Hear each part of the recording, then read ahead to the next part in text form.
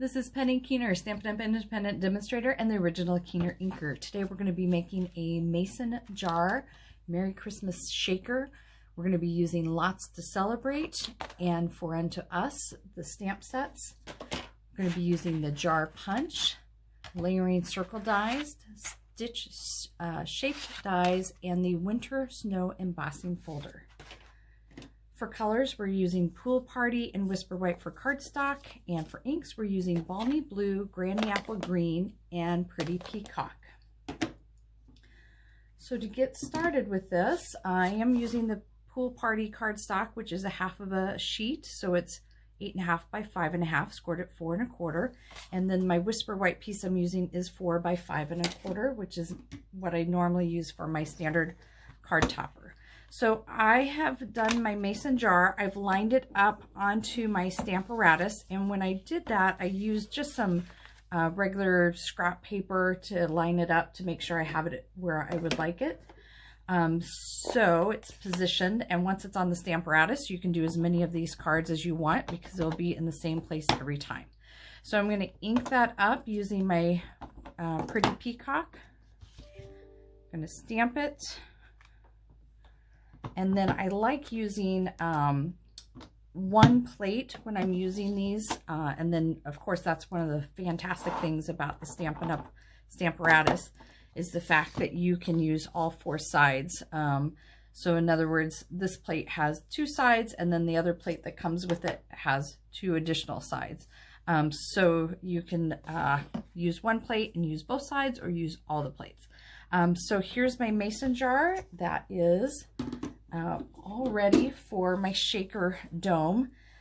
So these mason jar shaker domes are super cute. You get 10 in a package, so quite a few. And then I'm using the snowflake sequins. I was able to get about 12 of these cards out of one pack, and of course it just depends on how many you are doing. So what I'm going to do is just kind of dump those and make sure they're in the center of my mason jar. It's actually a little more than what I want because you want to have it room to shake, so sometimes less is more. All right, so I have my dome here. Now what I've done is I've gone ahead and embossed my top, and I punched it out with my jar punch. And how I did that so everything lined up was I created a template with, again, scrap paper, so that I know when I punch that I'm getting it centered. So I just want to kind of make sure everything looks pretty good, that nothing's wonky, and that looks pretty good. So I'm going to go ahead and secure this down. Again, all my shaker items are in the center. I'm going to peel off the back and place it over my mason jar. Okay, and secure that down. And I'm going to set that aside so we can do the top. Now, the top was very pretty with the snowflakes, but I wanted to kind of make sure that you saw it better. So I decided to use some ink on it. And as to why I picked these colors, I can't really tell you. We're going to be using Pretty Peacock and Old Olive Ribbon with this, and it's amazing.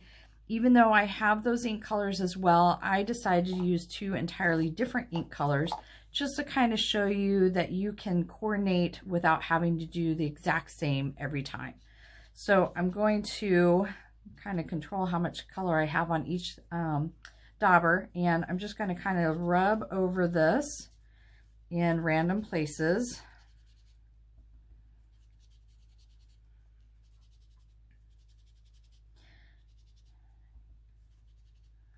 All right, and then I'm going to take my Granny Apple, dab off some of that ink, and kind of fill in the spots. And I'm just going to keep going back and forth until I have it completely covered.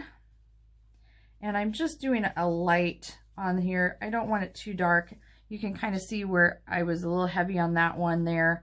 I'll just go over it a couple times to kind of smooth that out.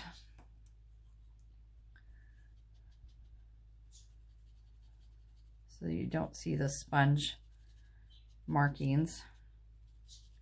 But I absolutely like this technique because it gives you a little bit, you know, of a wow factor. It's not your typical colors for snowflakes. I hope we never get green snowflakes.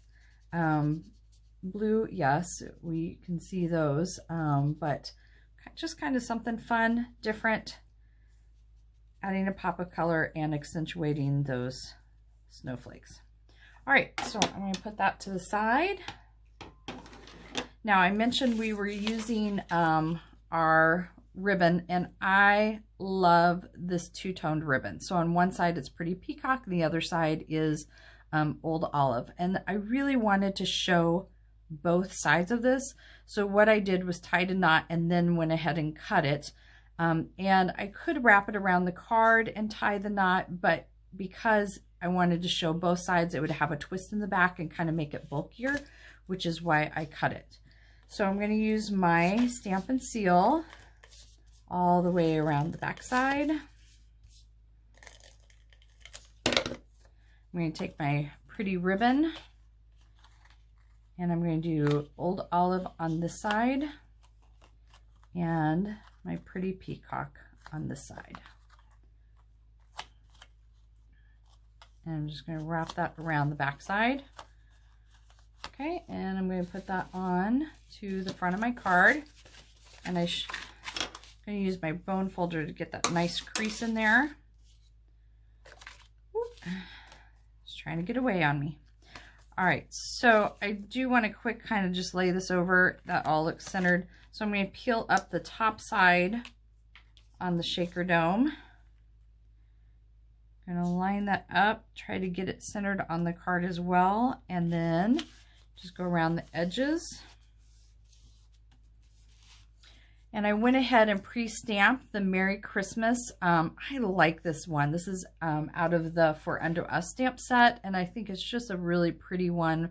I like the double font. And I did go ahead and layer that onto Pretty Peacock cardstock and added my dimensionals on the back. So I'm going to put it down there. And this is my final card. I absolutely love shakers. Anybody who gets one will definitely play with it. So this is the Mason Jar Merry Christmas shaker. Absolutely fun to give. So what is the best part about school during the winter? Snow and tell. Please check out my website and subscribe to my channel for quick videos on how you can be a Keener inker too.